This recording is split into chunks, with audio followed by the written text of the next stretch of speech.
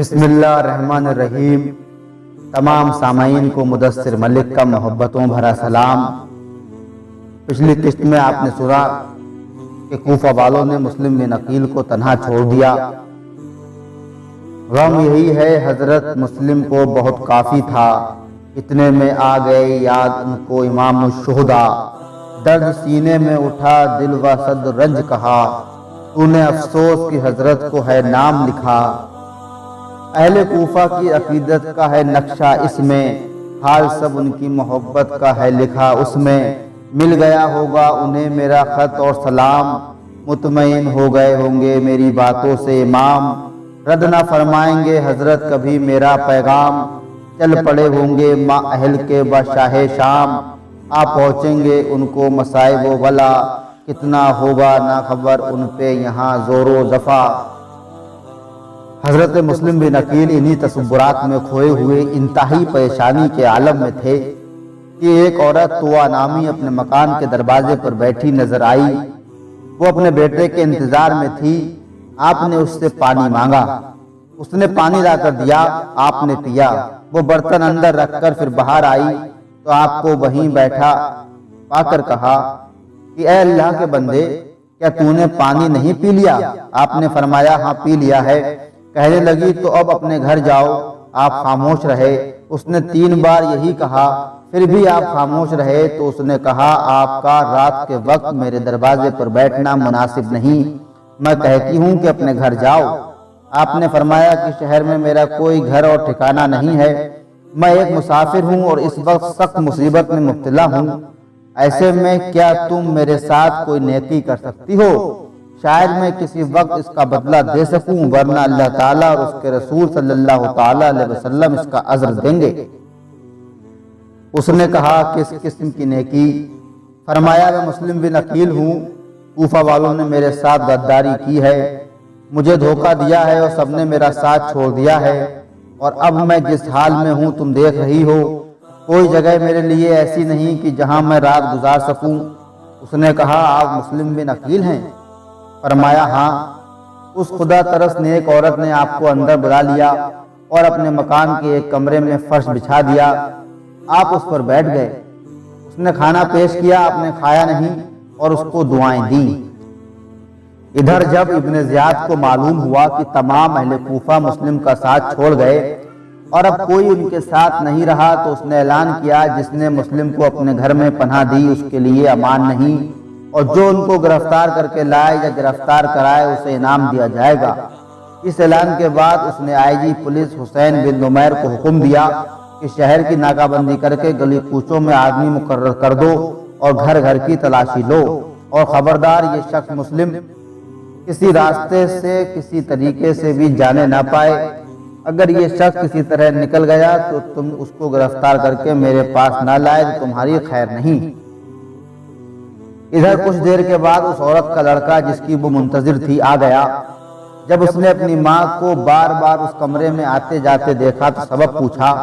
بڑھیا نے پہلے تو چھپایا، لیکن جب بیٹے نے بہت زیادہ اصرار کیا تو رازداری کا عہد و پیمان لے کر بتا دیا۔ یہ لڑکا شرابی اور آوارہ قسم کا تھا۔ ابن زیاد کے اس اعلان پر وہ ظالم دلی دل میں خوش ہو رہا تھا، اور انعام کے حاصل کرنے کے لالچ میں اس کے دل میں ایسا پیدا ہوا کہ رات کاٹنی مشکل ہو گئی۔ صبح ہوتے ہی وہ گھر سے نکلا اور جا کر عبد الرحمن بن محمد اشعث کے پاس گیا۔ ابن اشعث ابن زیاد کے پاس کسر عمارت میں تھا۔ عبد الرحمن نے اپنے باپ ابن اشعث کو ایک طرف بلا کر سب بات بتا دی اور ابن اشعث نے ابن زیاد کو بتا دیا۔ اس طرح ابن زیاد کو حضرت مسلم کا پتہ چل گیا۔ ابن زیاد نے اسی وقت ابن اشعث سے کہا ابھی جاؤ اور مسلم کو گرفتار کر کے میرے پاس لاؤ، اور عمر بن عبداللہ بن عباس سلمی کو بنو قیس کے 70 یا 80 آدمی دے کر اس کو ہمراہ کر دیا۔ انہوں نے بڑھیا کے مکان پر پہنچ کر گھیراؤ کر لیا اور آپ کو گرفتار کرنے کے لیے کچھ آدمی تلواریں لے کر اندر داخل ہوئے۔ آپ نے ان کا مقابلہ کیا اور ان کو باہر نکال دیا۔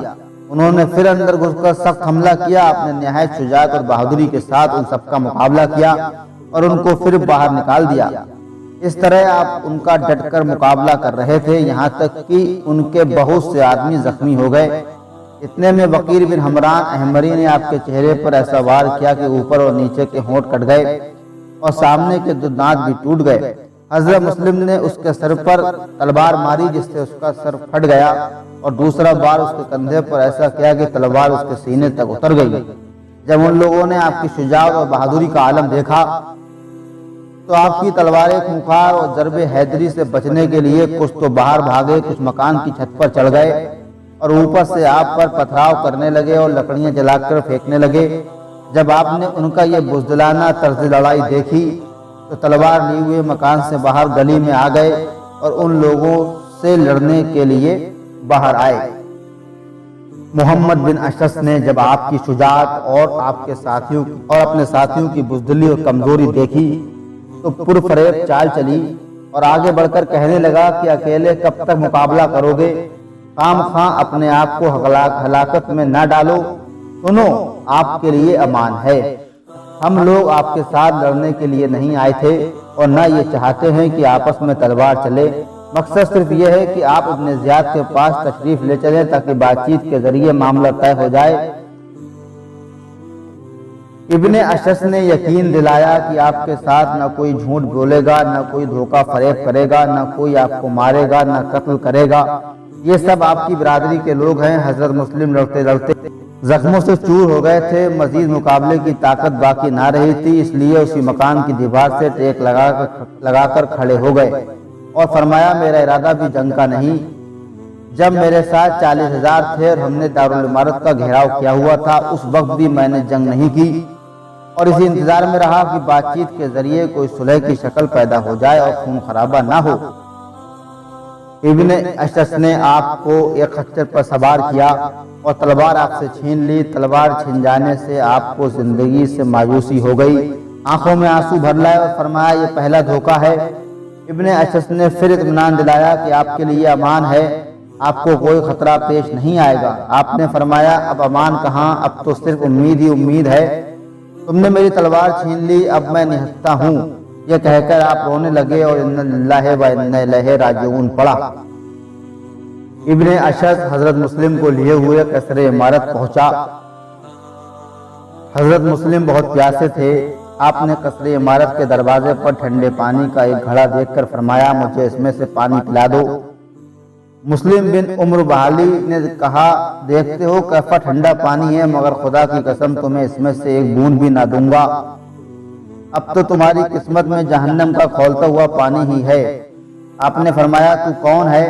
اس نے کہا کہ میں وہ ہوں جس نے حق کو پہچانا جبکہ تم نے اسے ترک کر دیا، میں وہ ہوں جس نے امت مسلمہ اور امام کی خیرخواہی کی جبکہ تم نے نافرمانی اور سرکشی کی۔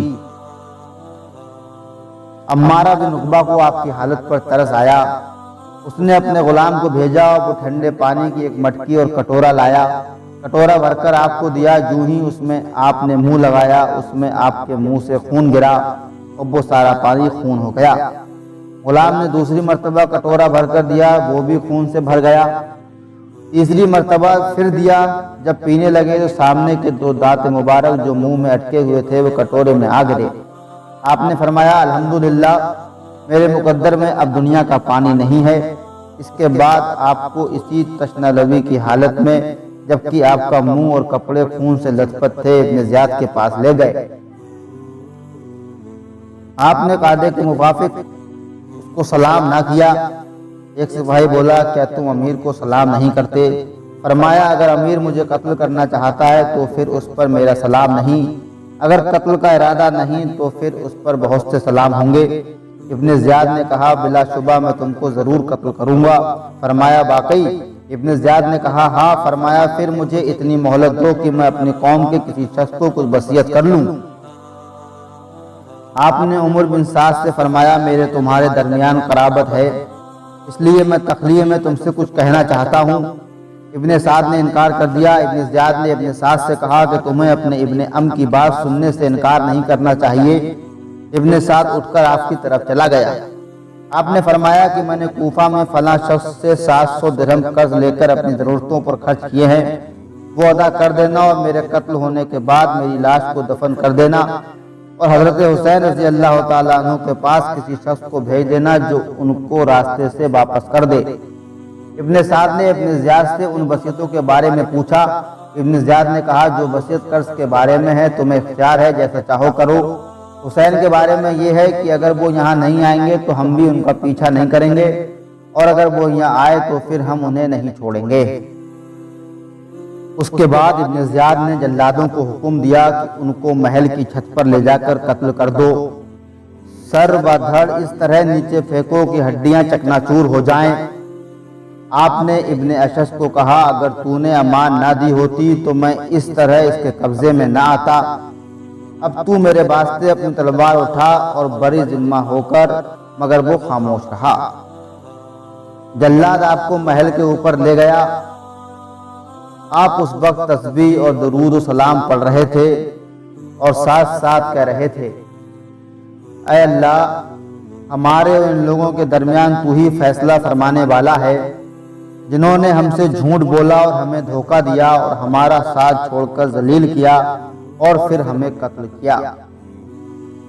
آپ نے اپنا رخ انور مکہ مکرمہ کی طرف کیا اور فرمایا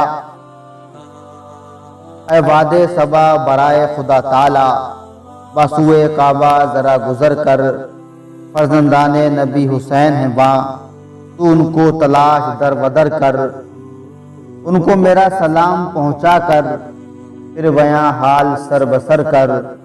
اے واد صبا برائے خدا تعالی، بسوئے کعبہ ذرا گزر کر، جفائے اہل کوفہ کی بتانا اور میرے قتل کی خبر کر۔ ظالم و بے وفا ہیں کوفی، ان کی باتیں نہ سن کر حذر کر، اور کہہ دے کہ اے جفا رسیدہ، از بہر خدا نہ رخ ادھر کر۔ مسلم نے تو تجھ پر جاں فدا کی، تو کعبے میں بعافیت بسر کر۔ جلاد نے پے در پے بار کر کے آپ کو شہید کر دیا۔ انا للہ و انا الیہ راجعون، اور آپ کا سر اور دھڑ مبارک نیچے پھینک دیا۔ حضرت مسلم کی شہادت کے بعد ابن اشعث نے حضرت ہانی کے بارے میں ابن زیاد سے کہا کہ آپ جانتے ہیں کہ ہانی کا مرتبہ اس شہر میں اور اس کی قوم میں کیا ہے، اور اس کی قوم جانتی ہے کہ میں اور میرے دو ساتھی اس کو تمہارے پاس لائے تھے۔ میں تمہیں خدا کا واسطہ دیتا ہوں کہ میرے خاطر اس کو بخش دو، ورنہ اس کی قوم کی عداوت و انتقام کا مجھے خوف ہے۔ ابن زیاد نے پہلے تو معاف کر دینے کا وعدہ کیا، لیکن مسلم کا خیال کرتے ہی اس کا ارادہ بدل گیا اور اس نے ہانی کی گردن مارنے کا حکم دے دیا۔ چنانچہ اس کے ترکی غلام نے حضرت ہانی کو شہید کر دیا۔ ابن زیاد نے حضرت مسلم اور حضرت ہانی کے سروں کو یزید کے پاس بھیج دیا اور سب حالات سے مطلع کر دیا۔ حضرت مسلم کی شہادت ذی الحجہ سن 60 ہجری میں ہوئی۔ چلنے لگی کچھ ایسی ہوا انقلاب کی، کانٹوں میں گھر گئے چمنے مصطفیٰ کے پھول، معصوم مٹنے والوں کو دی ہے خدا نے داد، واگے زنا میں بھیج دیا ان کو بنا کے پھول۔ عزیز دوستو، کل کی قسط میں ہم آپ کے سامنے امام حسین رضی اللہ تعالیٰ عنہ کا کربلا میں پہنچنا اور اس کے بعد کے واقعات پیش کریں گے۔ اگر آپ نے ابھی تک میرے چینل کو سبسکرائب نہیں کیا ہے تو پلیز میرے چینل کو سبسکرائب کیجئے تاکہ آنے والی ویڈیو آپ تک بآسانی پہنچ سکیں۔ شکریہ۔